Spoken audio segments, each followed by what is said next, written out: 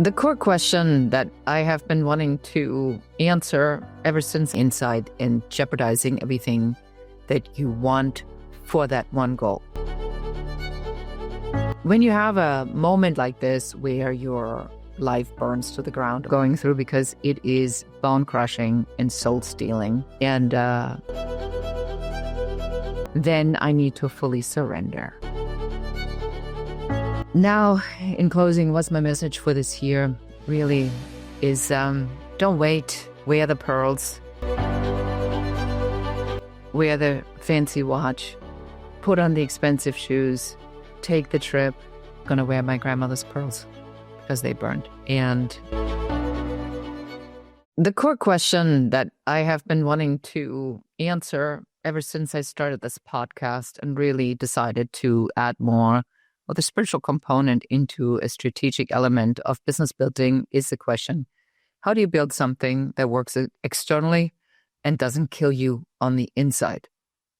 Something that can be successful and creates money, income, and a lifestyle without you completely breaking and failing on the inside and jeopardizing everything that you want for that one goal. My name is Beate. Today's episode is a solo episode, and I want to share with you now, looking at the 1-year anniversary of the Palisades Fire, in which I lost first my office, my podcast studio, and then a couple hours later, we lost our home while we were on our honeymoon in Costa Rica. So this is a combination out of reflections, what I've learned, and learnings that I would like to give to you to move forward, hopefully in this next year with confidence, clarity, and with a force multiplier that's called spirituality. So the idea about having a business that works and doesn't break you is something I've observed for as long as I've been doing this. And myself, let me just say, it's a daily ministry. I'm in it just like you are. And it goes something like this. We are potentially part of a group, an accountability group, a peer-to-peer. We did a mastermind. We spend money in some sort of someone's program. We are part of the entrepreneur organization, YPO. We are part of Vistage. We are part of any one of these organizations that are part of helping business owners to get to that next level of business growth. What happens in these forums is that we revert back to a very old and very male and very outdated principle of 10x, traction, business building, really doing sort of the focus entirely on the business to get that business to perform at a certain level, potentially leading it to a particular exit. And then when you make that money, you are supposed to have it all, and boom, with the money in the bag, all your problems are gone. And this is, and I've talked about this on the show excessively, an absolute lie. That moment will never come. That moment never exists, because if you had an exit like me, then you're just going to set the next goal and you think, well, I don't want to be a one-hit wonder. And you try to repeat it again at a really significant personal cost. So what's the message here? The message is here that I want to be really reflective in this episode and say, looking at your life, let's be honest here. Let's talk about, why are you do what you do? Are you doing it because, first of all, you want freedom? I get that. Then you're doing this because you want to be able to provide for your family. I totally get that. You want to not have to look at the price tag when you are booking a vacation. You want to go at the very least economy plus, maybe business, maybe even first class. You do it because that is the outward symbol of what really works. And it means that you're successful. You want the Rolex or some other status symbol that is meaningful to you. It could be the car, it could be the house, it could be the vacation home, it could be the timeshare, whatever that might be. So you are now moving forward to create things that are going to cost money. And then you're going to have to be in service of these expenses to make things work. Now, the cost analysis in the math of achievement is that the external oftentimes outgrows the internal. That's why I have this show. In the show, I want to identify and articulate clearly through my guests and their journeys that almost always, inevitably, the day of reckoning comes. The day of reckoning comes at some point when there is a complete burnout, a health crisis, often a divorce, kids that don't speak to you, and there is a price tag that you at one point being presented with because you are not present in your own life. It could show up with things like your kids don't recognize your authority as a parent. They consider you as a wallet. Your relationship might be sexless. Intimacy is missing. You don't have the same kind of connection that you used to have. You start to stray. Something else looks better. And suddenly you're in hot waters. And as you do this, your partner probably does the same because you've lost this connection. Because you're so busy chasing something that you think, when I have that, then at that point, if I turn around and I look back, I can fix everything, only to destroy everything that's in your wake for that larger, bigger goal to get somewhere, at which point it is all okay. So the objective of Growth Architect and the concepts we evaluate here and the spiritual aspect of it is that I am asking you, as we go into this next year, to really look into what are you going to redesign and what do you need to redesign in your life. And redesigning means you extract what doesn't work and you keep what works, and you completely eliminate things that are damaging. In my particular case, because I had a fire and my house burned to the ground, and just about everything I own and value has also gone with it. I no longer have things that were meaningful that I identified myself with. I don't have an office. I'm working from home now. I don't have my grandmother's pearls. I don't have the jewelry, the gold. It's all gone. It melted, it disappeared, it vanished in 2,000 degrees heat, burned over 8 hours. When you have a moment like this where your life burns to the ground, and whether that is literally or whether that is metaphorically, I sure hope that you don't have to go through what I had to go through and still going through, because it is bone crushing and soul stealing. And, let's not even talk about my nightmares and all this other stuff that I'm dealing with that comes with it, and trying to re-find your personality, your place, your desires. What is it even worth it? It's a very life-changing event. But you all have a fire. I know you do. Otherwise, you wouldn't be listening to the show. From the outside, when we are chasing this particular opportunity of achievement, whatever that achievement might be, it always looks like everything is working. But if you listen to these episodes and my story, you'll find that there's always something that inside wasn't working. And many times we talk about, what are you tolerating? Because you're tolerating something because it is technically successful. But if you are truly successful, could you not, like my friend Julian Gooderley says, be successful in all areas of your life? And what are all these areas in your life that you truly want to be successful with? So you chase a particular achievement because you have a desire, you really want it. And that's why they always say, be careful what you wish for, because you may get it. Because a lot of times when you wish for something, it's a singular wish of more money or getting the this or being really famous, without the clarity on what all the other things are that you want to have come with it. A lot of times these areas that you wish that they could come with, you forgot to ask for, and then when you get there, you don't have them, which is a meaningful relationship, good connection with your children, the actual time to go on these vacations, and health, maybe 8-hour days or 5-hour days instead of working for 20 20 hours a day, which I am seeing some of you doing. So the physical and emotional cost of success often doesn't show up until there is this complete transformational moment. And many of you just ignore these signals along the way for the sake of output. I'm just going to do it one more time today. I'm going to do it one more time tomorrow. And then next week, I'm going to get better. And I know this because I do it myself. I have had some very intense stomach issues.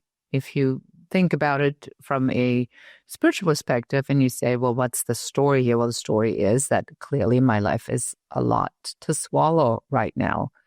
And so I'm having a lot of acid reflux. I have a hiatal hernia, which means that part of my stomach sticks out of above my diaphragm. And I very often, stomach-wise, don't feel well. So I should not be drinking. I should not be drinking coffee.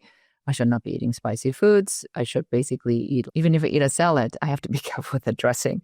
So it becomes extremely restrictive. And if you look at this from a spiritual perspective on restriction in life, it means that there is a personal challenge that I really need to be looking at. So I have set this as my personal goal for the next year to really look into where this is coming from and do focus on my own physical health and healing as a yearly goal. So misalignment is accepted because we have a larger goal. In my particular case, it was like just making it through this year.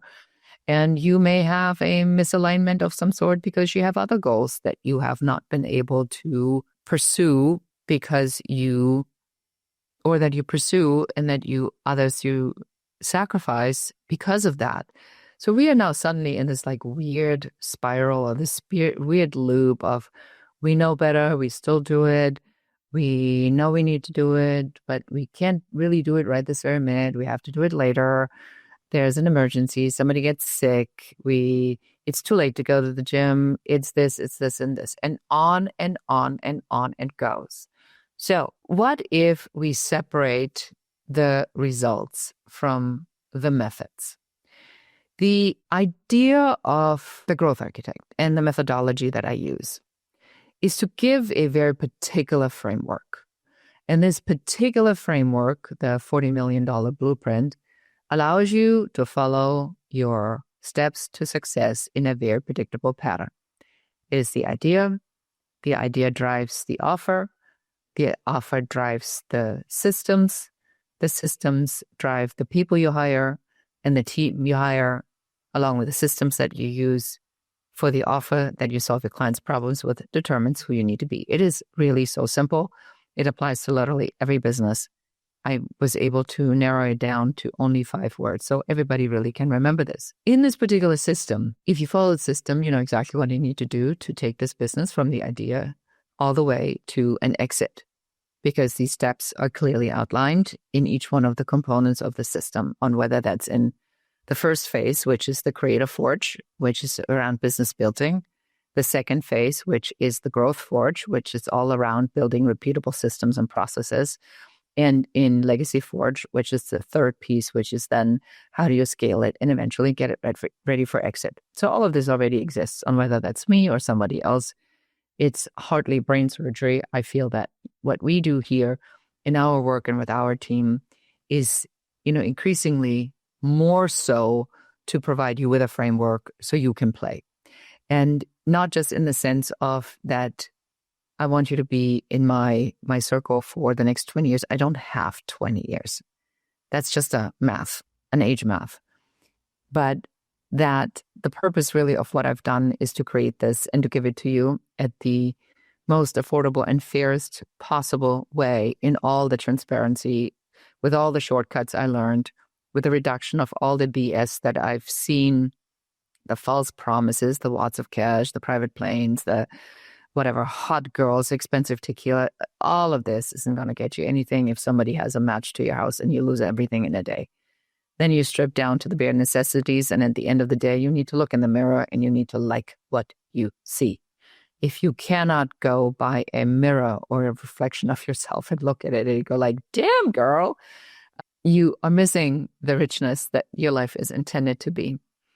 And I came up with this in my meditation this morning. It was actually kind of a cool line that that came through to me, and it was that we oftentimes we think it is for us and through them, meaning that everything that we're trying to create is for us and for our benefit, and it comes to us through our clients.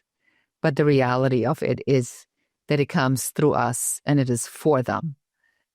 And that is the change that I want to talk about on this show. And I want to talk about more and more and more for you to understand that spirituality is an underlying force multiplier, that the spirituality, the concepts of connection, community, collaboration are really these powerful accelerators and accelerants that you can use to do and put on steroids what you want to do.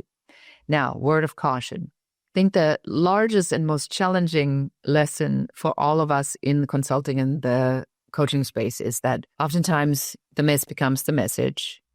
And that means that what you are learning is what you're here to teach. Now, that means that you first have to figure out how to master the problem that you're that you're facing.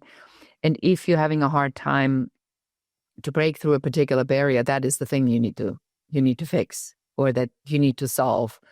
And very likely, the harder it is, the more likely is that your vision or your mission in the world to then take this to other people and share the knowledge that you have with others so they can do the same thing.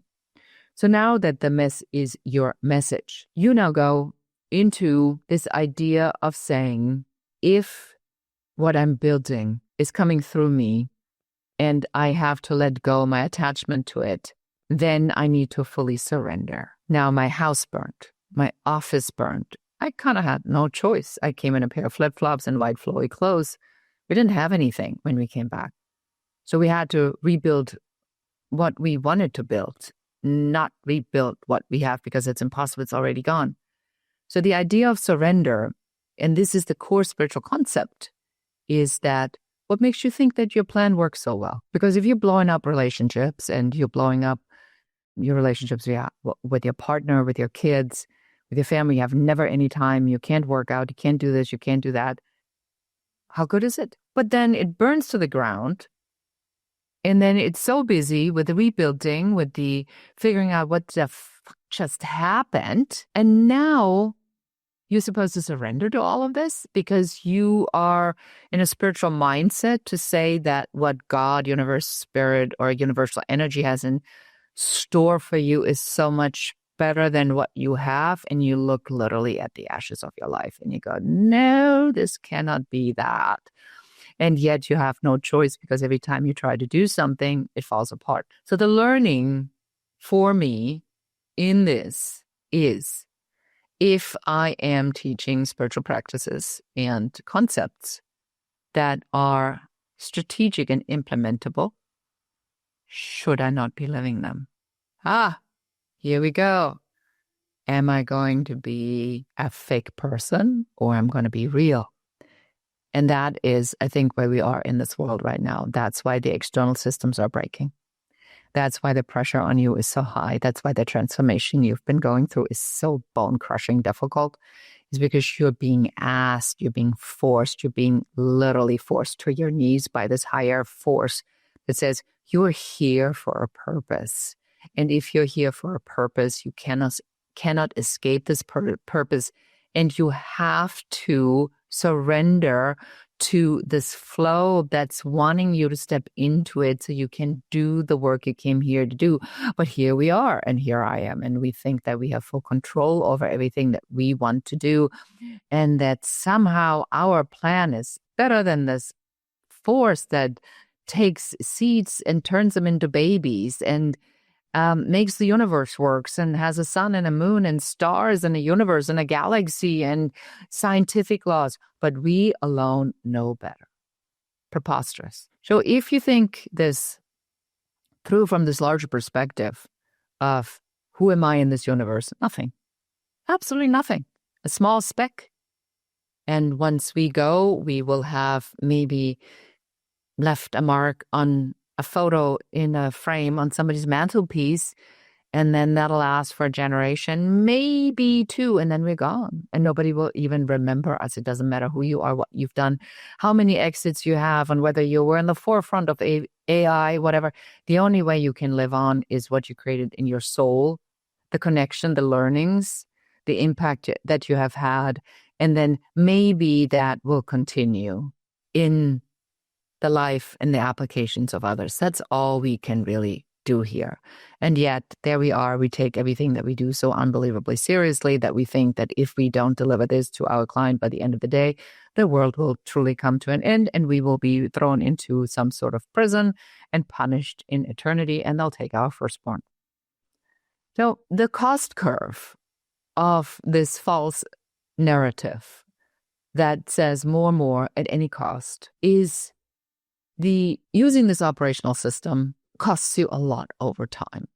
Relationships, health, clarity, creativity. And so if you keep believing that the system that is what it is, and it's unsustainable, now it can't create the results you want, no matter how hard you work. So something has to change at the very fundamental way you look at this. And the identity shift I was literally being forced to recognize was an identity shift that I had to let go of what I wanted, the status, the certainty, the self-image, the single mom, immigrant, overcame a bunch of adversity, eventually sold a business for millions of dollars to Bill Gates. That is all true. That was my story, but is it still my story? It's part of my story, but that is no longer the story, because what is the story? The story now is the transformation.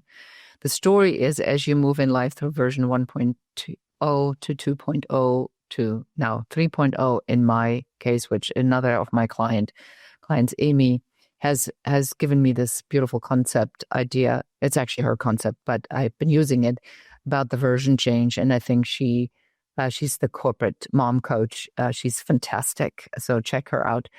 But she has really nailed it with this idea. It's a version change. So we believe. And then the version changes. And now suddenly we go like, well, we need to believe something else now. It is not longer working. Now we become that. We believe. And then something happens, and now we are yet another version. So what are you going to do with that? That's the constant pace of change. So the only thing that will sustain in this constant change of pace, at the pace of change, is going to be that you stay true to who you are, honest and vulnerable and open, so that you allow others to see the transformation, because others that are going through the transformation, especially for my coaches and consultants, come to you because they are themselves going through transformation and change, and they want to teach other people how to master their transformation and change. So of course they themselves must go through this transformation and change, and then it just keeps continuing, because as their clients are learning and evolving, the next thing is going to show up. Here's the version change again, 1 to 2 to 3. That's, I think, to me, the most important message I can give you is that this stepping away from repeating the damage, or recognizing what the transformation period is. And I'm in a transformation period, and chances are you're in a transformation period right now. Man, it is so hard. And the sleep, the weight, the nightmares, as I said, the relationship, time. There's so many things you want to do. I was thinking about it last night. I was wrapping Christmas gifts while the laundry is going. I just had cooked dinner, cleaned that up. And then the minute I'm done with that, while I'm watching some TV to just relax, I'm doing my physical therapy exercises for my knee. And I'm still feeling guilty that I'm not here working more, because I have so much stuff that needs to be done. Such is just that's just where we are at right now. So I encourage you, as this message gets to you, to allow the recognition to come through that what you've been through just recently is the transformation portion, and the middle is always messy. It gives you the breakdown, the breakthrough, and then comes the breakout. And as the breakout happens, you are now prepared for it. It gets better. Buckle up. You do the work. but don't do it like you did it, because then if you don't learn your lesson of creating it in a way that is more beneficial for you, you're going to be right back in the next breakdown, because you're going to push it until you can't push it anymore. And then inevitably something's going to happen, and there's going to be your next breakdown. So the more you try to lengthen these periods, and they're just inevitable, they come, and they will continue to come. So don't think that you're going to be done after this, going to be another thing. At least you can soften the depth in which they're happening. And because of you having this awareness that you need to make it through these types of things. So the alignment in practice, not theory, in my world, looks therefore like this: a deep sense of self-awareness and honesty.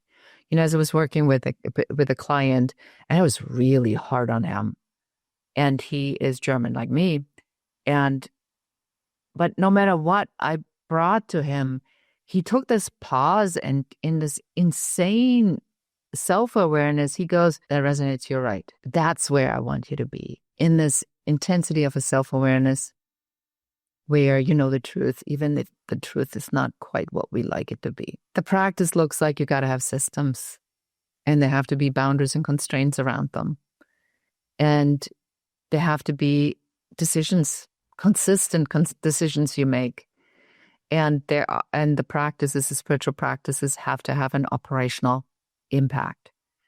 I cannot meditate every day and then go and decimate my team.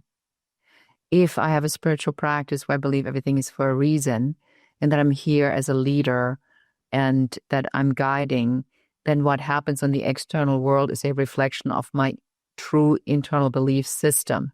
And if I don't like that, I must change my internal belief system until the outside reflects back to me who I think I really am. That's your litmus test. If what's coming at you from the outside is just not there, then you are not really truly believing this. There's a great episode I did with David Nagel on the double binding message. Highly, highly recommend you to go to that episode and listen to it. It's probably one of my favorite episodes. Been my mind trainer for a long time.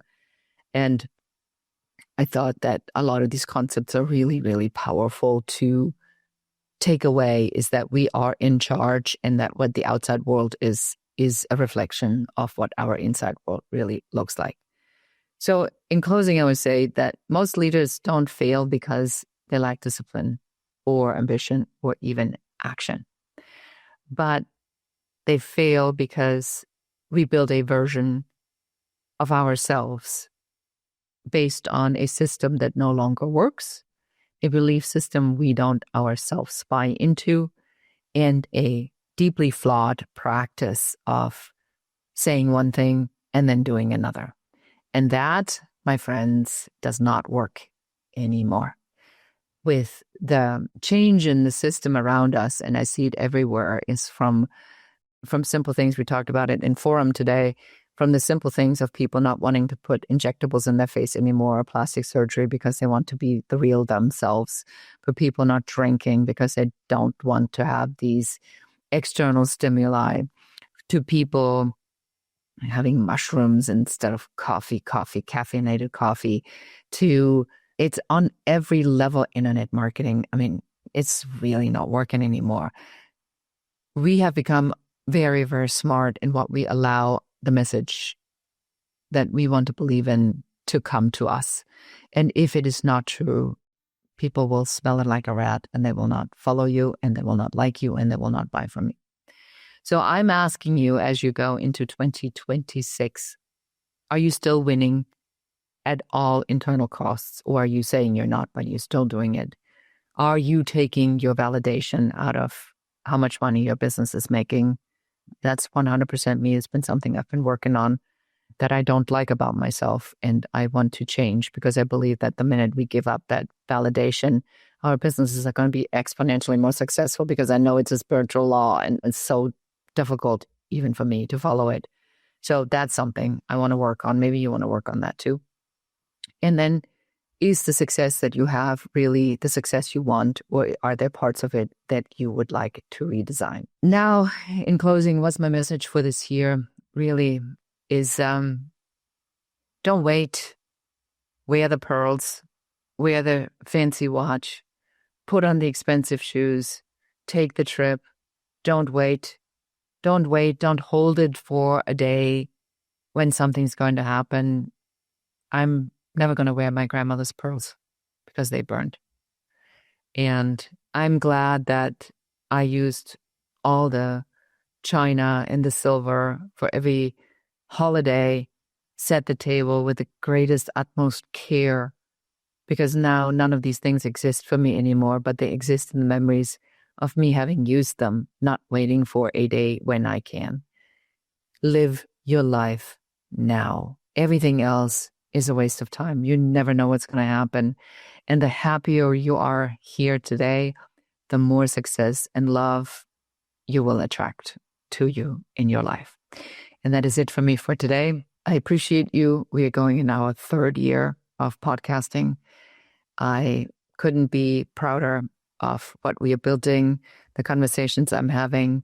I thank you for being here. I thank you for listening. Help me to grow this show more, reach more people that need to hear these messages of how do you have a spiritual core and a strategic and successful business so that more people can live in alignment and resonance with what they're really here to do and not blow up their lives in the process. That would be my greatest wish, is to help people to come up with systems that work for them and not against them. And with that, I say, I wish you a happy new year. I wish you a great 2026. And I thank you. And until next time, goodbye. That's it for this episode of the Business Growth Architect Show, Founders of the Future. If you're done playing small and ready to build the future on your terms, subscribe, share, and help us reach more trailblazers like you. And if you're serious about creating, growing, and scaling a business that's aligned with who you are, schedule your Uncovery session at uncoverysession.com. Lead with vision. Move with purpose. Create your future.